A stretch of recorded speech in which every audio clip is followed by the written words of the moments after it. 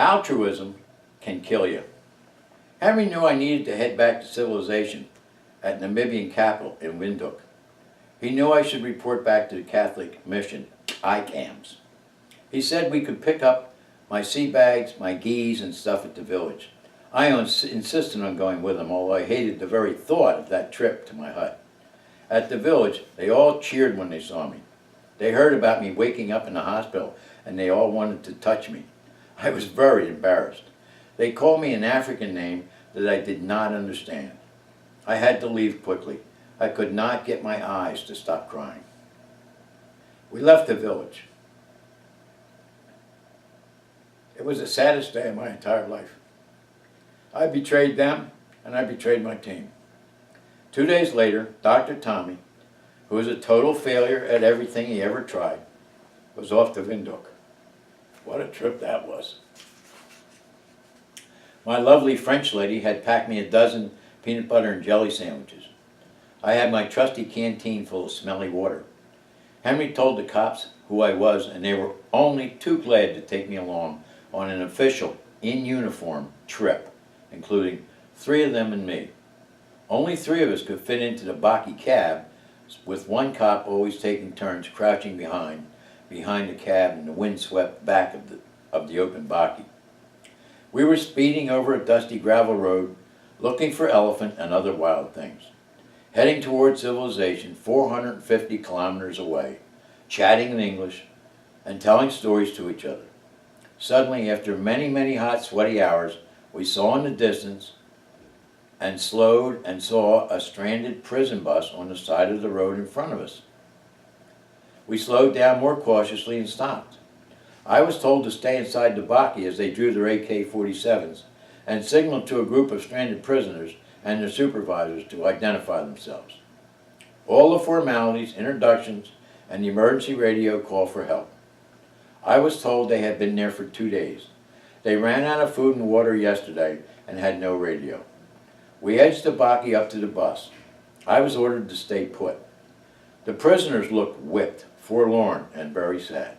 One in particular lifted his eyes and glanced at me and dropped them. I jumped out of the Baki, and I gave them each a half a sandwich and a large gulp of my smelly water.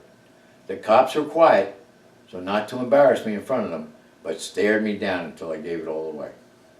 When the dust settled, we hopped back into the Baki and we left, confident the government would send a replacement bus with food and water.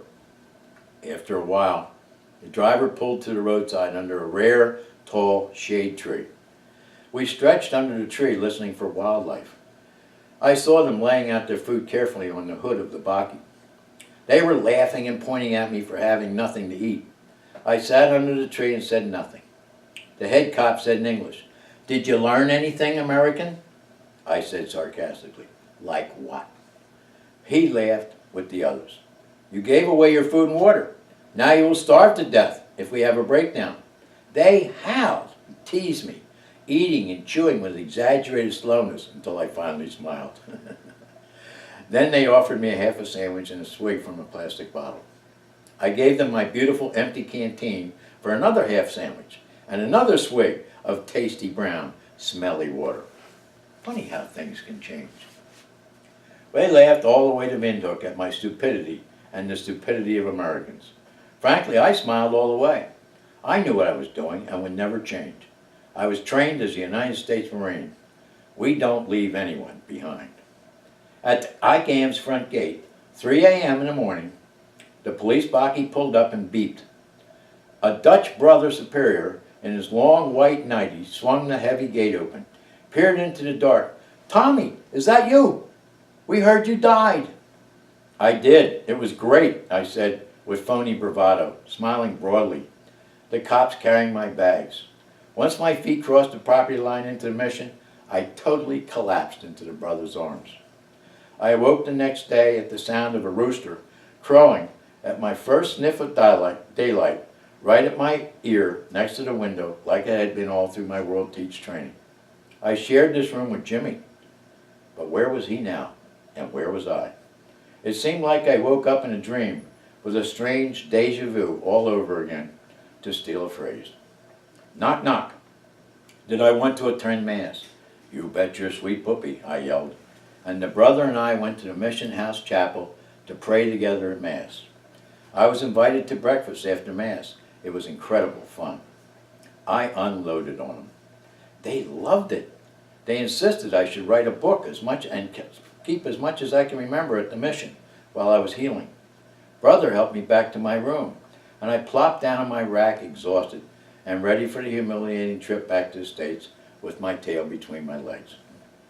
Before I left for America, Ted Caddell from the News Journal papers took bets in the courthouse on how long I would last out in the bush. He won. I was a total failure. Out of a job for getting sick. I was a big sissy. What would Marines think of me now? I fell fast asleep at the mission, thinking this self-pity type bullshit because I knew I was safe. 2 weeks of walking up and down the steep winding hills in Windhoek to get a tea and biscuit every day forced me to exercise and built my legs and my wind. Brother took me to a local Afrikaner doctor.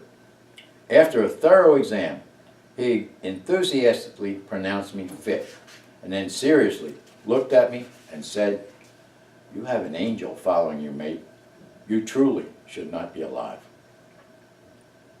And I will continue the rest of this chapter at the next sitting. Thank you very much.